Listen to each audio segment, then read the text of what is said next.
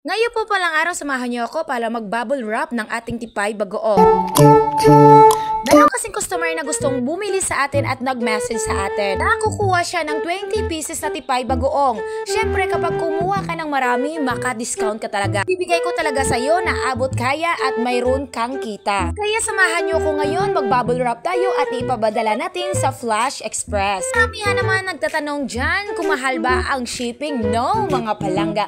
Ang shipping kasi mga palangga, base rin yan kung saan ka at ilang kilo yung kukunin mong per kilo kasi yan. Kasi marami talaga nagtatanong, nagwo-worry ka ba, baka mahal yung shipping kaya hindi sila bumibili. Kami na po akong customer sa Luzon, Visayas, Mindanao na na-deliveran ko na. Kapag talaga ang tiwala ng customer na binigay mong tiwala ay magtitiwala talaga sa inyo. Kaya sinasabihan ko parating yung mga customer ko, ako na ang bahala at binibigay ko sa kanila ang resibo kung magkano ang kanilang babayarin sa shipping. Malaki naman ang babayaran nila sa shipping at marami naman kinuha nila sa akin na tipay bagoong o ang product ko. Sasabihan ko at ooperan ko sila na ako ang bahala sa kalahati para hindi lugi yung customer natin. At para kukunin rin ang mga loob nila at para magbalik-balik sila sa ating kumuha ng ating produkto. Sa lahat pala ng umorder ng aking product, salamat at sa mga salig ninyo katama. Salamat kaayo kag gisaligan gid ko tama ninyo. Ang uban kay dili man jud na ako kaila no pero nagsalig nila sa akon.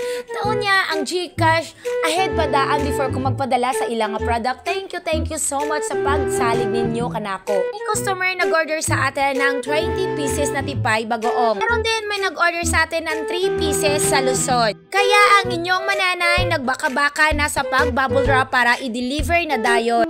Ang kanindot lang yun sa Flash Express once nimo sa Visayas ra kakagmadala dayon pagkaugma automatic madulong na jud sa inyong balay. Kag usa pa jud gamay ra gud ning akong giluto usa ra gud ka gantang kay ga-adjust pa jud ta sa atong kalaha kay gamay man gud atong kalaha gigamit dire. So mga palangga, mga mananay, please ko share sa aton nga video no. Pohon di ay hindi ka magpakabablaka sa gapangutanan nako kung kanus ako magparafol, kung kanus ara pod ko na ay kwarta o maghatag pod sa kuha. Isod man pod na magparafol ta nga wala itay kwarta maingnan nga tay modos agoy patay taan. Antes nga maglipay-lipay ta na kasubunoon ta takam. Ako di ay YouTube channel pero wala man ako ginatagad gyud kay wala man amugaan subscribe. Pag-subscribe mo oy na naara di sa babaw o pag-subscribe mo murag gwapa-gwapo mo da. Pag ko'y TikTok account basi ganahan mo i-follow ninyo, i-check ra pod o i-visit ba basi ganahan mo dito ga upload pod ko dira. So karon sige ra ko yaw-yaw dire nya hapit jud ko mahuman kag ako na ni-deliver. Salamat di ay sa mga pagsuporta ninyo katananon. Dili man ko unta ni mag-video kay natak-an man ko. Dayo sa kababahay dito nasugatan ako sa merkado giingnan man ko niya day walay vlog day ala naulaw ta na inyo manenay. Ang pangutana naulaw di ay ka.